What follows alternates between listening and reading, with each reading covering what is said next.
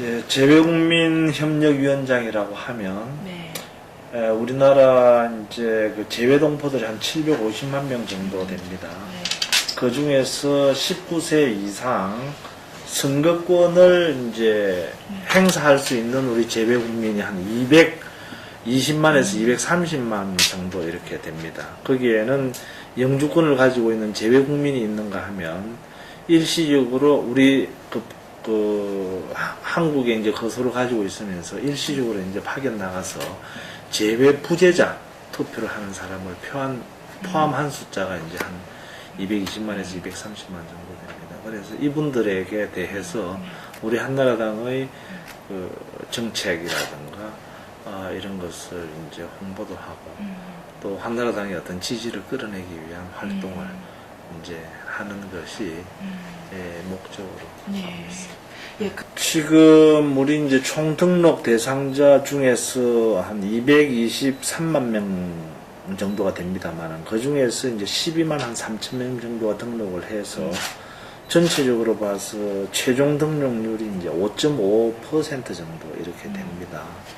근데 그 중에서도 특히 그 국외부재자 말하자면은 이제 국외부재자의 경우에는 등록률이 조금 높습니다. 이유가 이제 따로 있습니다. 왜냐하면 한 7.86 정도 되고 순수한 재외 이제 우리 재외 거주자들은 한 2.2% 정도밖에 안 됩니다. 이렇게 재외 거주자의 등록률이 낮은 이유는 첫째 이번 총선에서는 비례대표에 대해서만 그분들은 투표를 할 수가 있습니다. 지역구에 거소가 없기 때문에. 그래서 자연히 사람에 대해서 이제 투표를 하지 않기 때문에 관심도가 떨어지고, 그 다음에 이제 현재 이제 등록이라든가 전반적인 선거에 대한 관심이 이제 떨어지는 이유가, 현재는 이제 등록을 한다, 그 다음에 투표를 한다 하는 것을 직접 공간에 와가지고 하도록 되어 있습니다.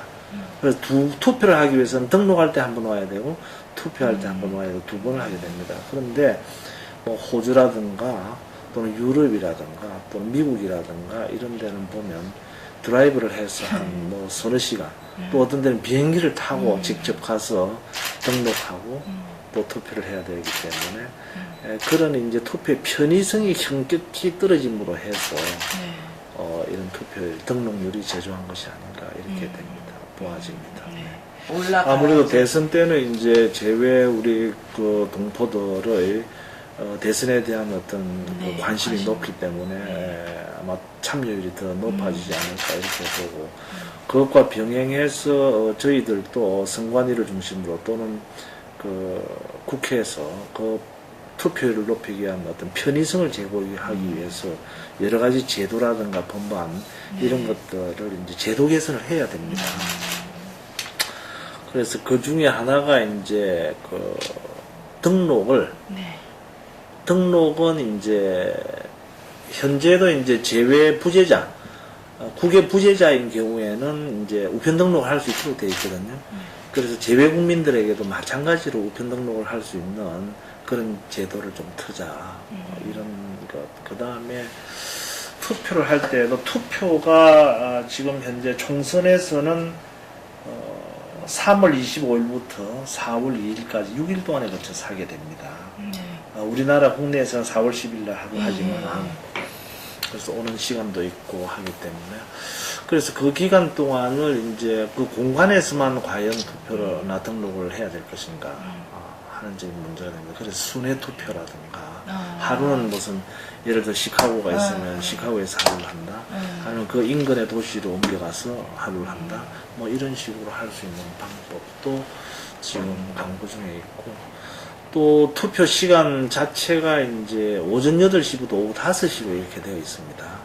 그것은 오후 5시라고 하면 아직 이제 퇴근 전이지 않습니까? 그렇기 때문에 이것을 오후 한 9시 정도까지로 늘려서 가까이 있는 분들은 퇴근하고 투표를 할 수 있도록 하는 어떤 제도 개선이라든가 이런 이제 여러 가지 이제 제도 개선의 필요성이 있습니다. 그리고 또 우리가 현재는 90일 동안 등록을 하게 돼 있는데 그 90일 이상 한 1년 동안 어떤 기간, 등록 기간을 연장을 시킨다든가 총선에서 한번 그래서 등록을 한 사람은 대선에서는 등록을 다시 할 필요 없이 투표장만 오게 한다든가 뭐 이런 이제 제도 개선들이 필요하다고 봅니다. 그런데 이것이 이제 정치개혁 특위에서 이제 해야 되는데 저희들이 이제 정치개혁 특위에 여러 각도로 이 제도의 불합리성을 가지고 이것을 개선해 달라고 요구를 하고 있습니다만 아시다시피 이제 정치개혁 특위라고 하는 것이 여야가 동수로 이렇게 되어 있고 또 그래서 합의가 안 되면은 제도 개선이 안 됩니다. 그래서 이제 야당의 협조가 절실하게 필요한데 이 점에서 아직까지 야당의 협조를 끌어내지 못하고 있습니다. 글쎄, 그게 이제 비판적인 시각이 일부 있을 수도 있겠습니다만, 그러나 이제 우리 그 한국 사람들은 좀 미국이나 유럽의 사람들하고 국가와 민족에 대한 어떤 개념이 조금 차이가 있지 않습니까? 같은 민족이면 국적이 어디라 하더라도 뭐 한국 사람이다. 이런 식으로 하기 때문에 꼭 그 사람들이 투표권을 가지지 없다 하더라도 또 우리 그 건전한 교포 사회를 만들기 위해서 또 자라나는 2세와 1.5세, 2세 또 3세들에게 대한민국이라고 하는 그런 어떤 그 정체성 이런 것들도 부여하고 자긍심이라든가 이런 걸 갖기 위해서는 그분들이 선도해서 또 활동을 하는 것이 꼭 나쁘지만은 않다 이렇게 봐집니다. 그래서 그분들의 요구사항이 이제 현재 지난 7월 1일부터 우리나라도 이제 65세 이상의 경우에는 복수 국적이 허용이 됩니다. 그래서 이것을 좀 더 확대해서 뭐 40세라든가 또는 38세가 이제 어떤 병력의 업무가 완료되는 그런 시기입니다. 그래서 38세까지는 그런 복수 국적을 해주는 것이 어떠느냐라고 하는 그런 이제 요구가 있고 거기에 대해서 연구를 하고 있는 중으로 이렇게 알고 있습니다. 글쎄, 부산의 이제 지역구가 부산이라고 하는 것은 인구가 이제 350만이 넘어가는 대도시이긴 하지만 또 대도시의 특성상 하나의 선거구라고 할 수도 있습니다. 그래서 특별히 뭐 어떤 쪽이 강하고 어떤 쪽이 약하고 뭐 약간 상대적인 차이는 있을지라도 선거에만 우리로서는 다 같은 선거구다 이렇게 보고 지금 전력을 다해야 되는 입장입니다. 그 중에서도 특히 이제 언론이라든가 에서 보면 이제 그 사상이라든가 그 사하 또 이제 뭐 이런 쪽 낙동강 소위 벨트라고 해서 거기에 이제 야당 쪽에서 전력 집중적으로 그 전략을 짜서 거기서 몇 석이라도 좀 부산에서 건져서 교두보를 만들겠다라고 하는 그런 분위기를 조성하고 있는 걸로 알고 있습니다. 그래서 부산도 막 저희들도 그런 점을 좀 인식을 하고 있고 부산은 저희들이 보기에는 한 3개 꼭 권력이라고 할까요? 어떤 선거구를 분류를 한다면 3가지 부류가 있지 않을까.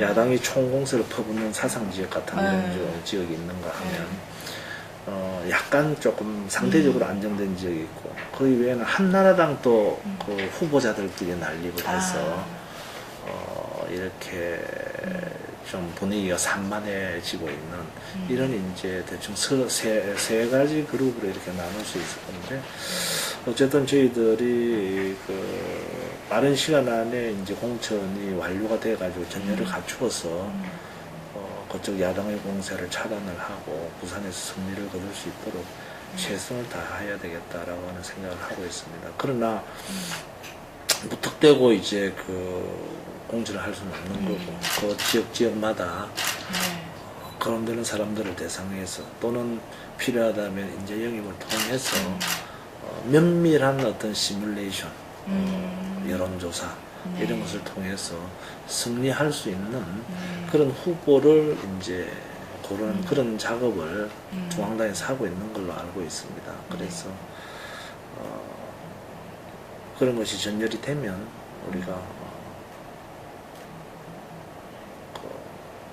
단단하게 또 그런 야당의 공세에 대처해서 부산에서 승리를 할 수 있을 거라고 생각합니다. 사실 문재인 이사장하고 저하고는 개인적으로는 뭐 친구 사이이기도 하고 그러세요?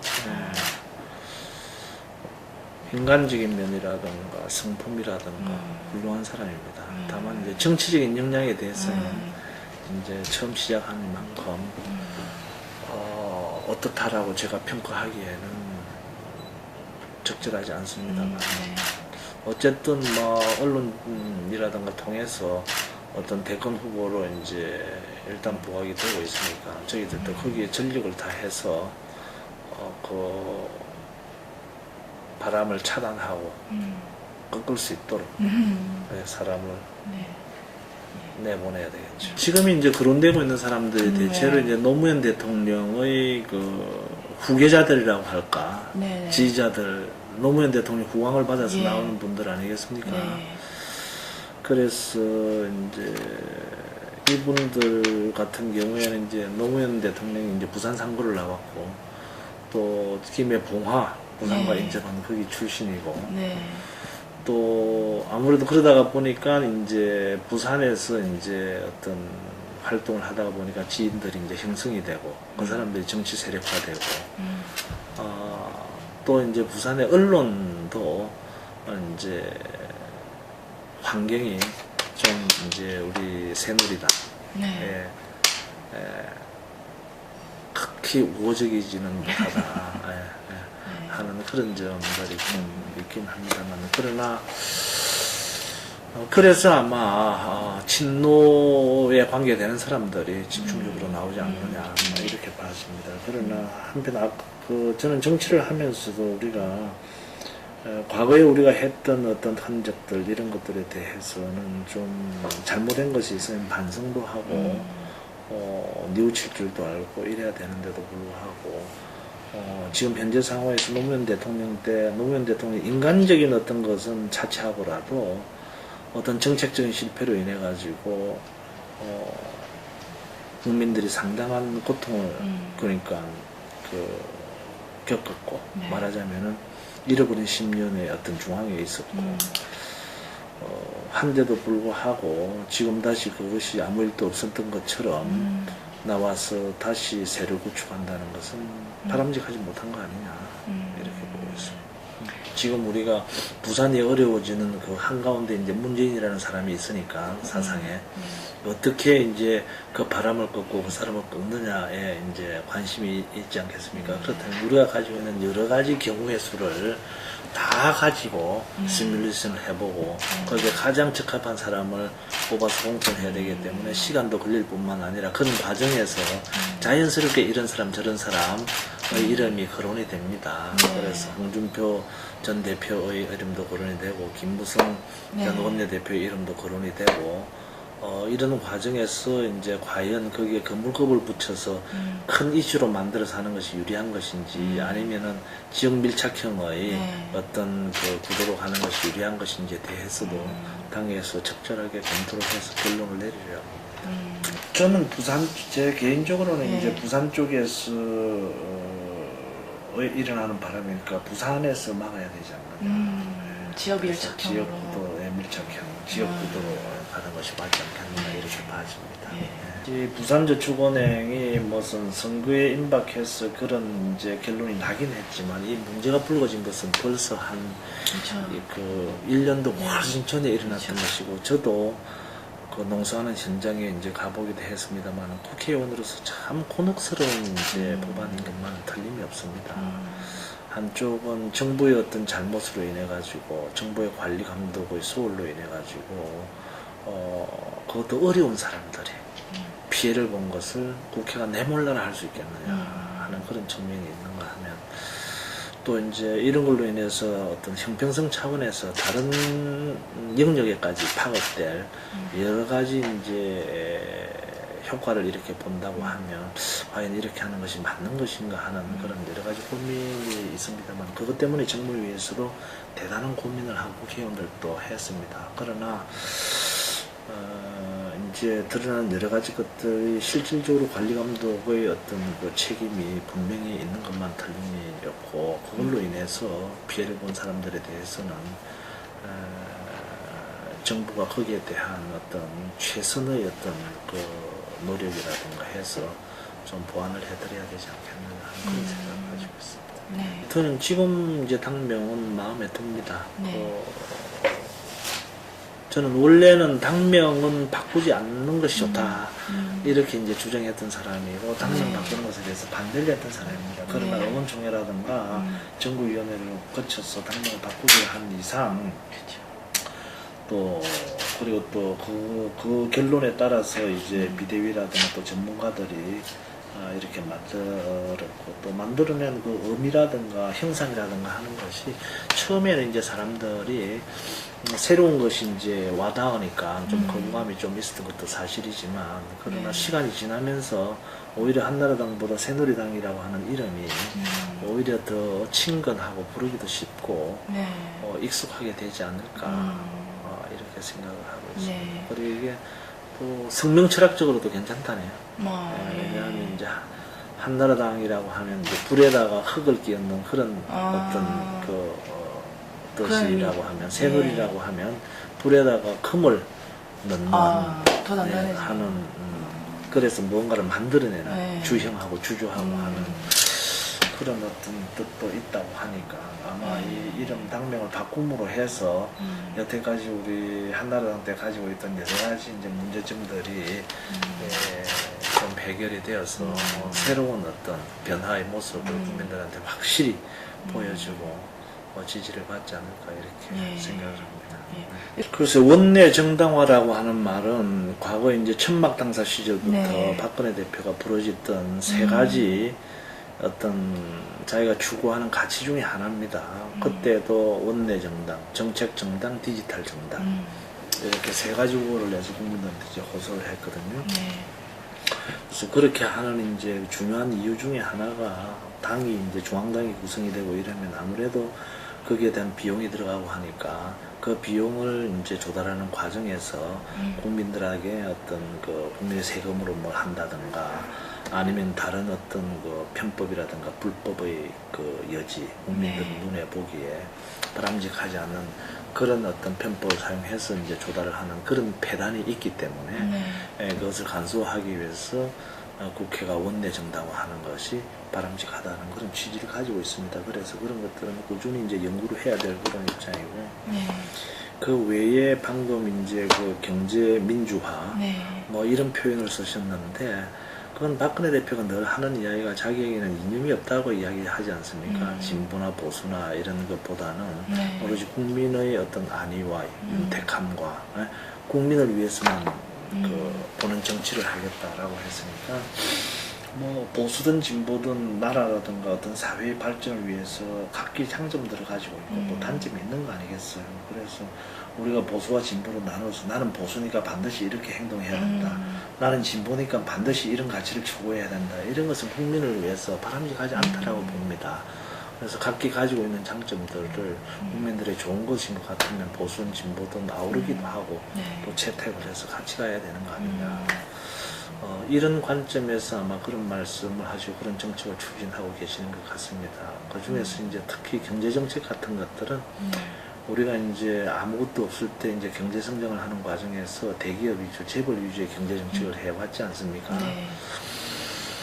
그래서 이제 그러한 이제 경제 성장이 이제 한 2만 불 정도 수준에 도달할 때까지는 상당히 효과를 발휘하고 국가 경제 정치의 어떤 불을 키우는데 역할을 했는 것만 틀림이 없습니다. 그러나 이제 한 2만 불 정도 수준에 왔으면 다시 한번 우리가 뒤돌아보고 또 여태까지 해왔던 중에서 그 이제 효과가 다하는 그런 이제 제도다.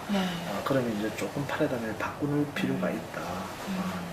왜냐하면 이래서 이제 양극화가 자꾸 벌어지고 뭐 이러다가 보면 사회적인 갈등이 생기고 그 갈등을 제대로 추스르지 못하면 국가의 에너지를 한 곳으로 모으지 못하고 그럼으로 인해서 국가의 잠재적인 어떤 경쟁력을 떨어뜨릴 수 있다라고 하는 우려도 있고, 또 실제 우리가 시장 경제를 추구하는 입장에서 재벌 기업이 성장하는 과정에서 보면 초기 단계에서는 정부의 어떤 정책적인 비용을 받아가지고 많은 혜택을 누렸지 않습니까?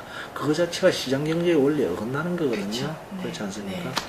그리고 그 이후에 덩치가 커지고 난 이후에는 규모의 경제라고 하는 거, 덩치가 큰 것, 규모의 경제를 통해서 시장을 좌지우지함으로 해서 자기가 가지는 마켓 파워를 가지고 시장을 왜곡시켰단 말이에요. 어떤 엄밀한 의미에서 시장 경제를 순수하게 그렇죠. 그 제대로 된 의미의 시장 경제를 작동하지 못했던 거 아니겠습니까? 네, 그래서 네. 그런 것을 제대로 좀 작동시키게 하자.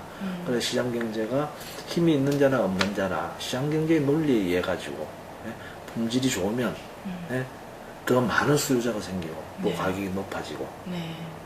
품질이 떨어지면 자연적으로 수요자가 적어지고 가격이 떨어지는 이런 이제 제대로 된 그런 작동시키자. 네. 그러기 위해서는 여태까지 우리가 성장을 하면서 눈 감아줬던 묵인해왔던 그런 재벌 기업의 시장에서의 어떤 장난이라든가 네. 독과점 제재를 통한 그런 어떤 배단 이런 것들을 이제 정부가 들어서 호루라기를 불면서 제어를 해야 된다. 그래서 그런 것들이 있으면 하나씩 집어서 이렇게 없애서 제대로 된 시장 경제가 작동이 되도록 해야 된다. 아마 그런 측면을 두고 아마 네. 그 경제의 민주화라고 표현을 하신 것 같은데 네. 문제는 그렇게 돼야 되지 않겠습니까? 네. 거기에 대해서 저 공감을 하고 있습니다.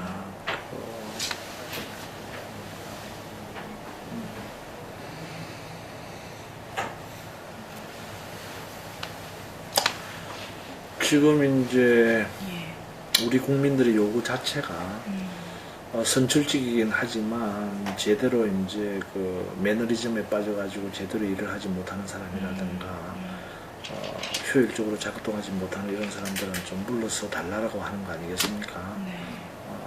거기에다가 요즘 이제 전문청이라든가 또는 그 중소기업이라든가 서민청이라든가 각 계층을 대표하는 그런 엘리트가 아닌 그런 계층의 어떤 정치 지도자를 원하는 그런 이제 기운도 좀 있습니다. 그래서 그런 어떤 룸을 만들기 위해서는 좀 정치를 좀 오래 하시고 지역구에서 말하면 그 지역구에서 좀 물러나 주셨으면 하는 어떤 그런 이제 분위기가 있는 지역구의 의원들은 좀 과감하게 결단을 내리고 불출마 선언을 해준다든가 하는 것이 필요하다고 저는 봅니다. 그것이 아직까지 이루어지지 않고 있고 아마 저도 거기에 포함될는지 안 될는지는 모르겠습니다만 그래서 뭐 함부로 이제 그 이야기가 힘들지만 어쨌든 그런 이제 생각들은 이제 가지고 있죠. 또 한 가지가 이제 또 한 가지가 뭐였죠? 그 이제 MB 정부, 그 이명박 정부. 지금 한나라당이 사실 그 집권 여당으로서 국민들에게 이렇게 비판받고 있는 중요한 이유 중에 하나가 이제 우리 현 정부의 어떤 그 정책 실패, 네.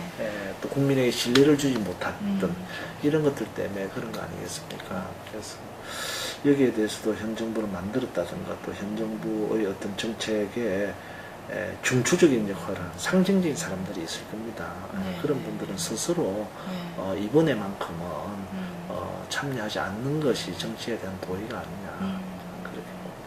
네. 거기에는 동의하지 않습니다. 박근혜 대표, 박근혜 위원장의 이제 정치를 하면서 지금까지의 언행이라든가 또 국민들에게 준 어떤 그런 이미지 이런 것들이 신뢰의 정치인 아니겠습니까? 그렇죠.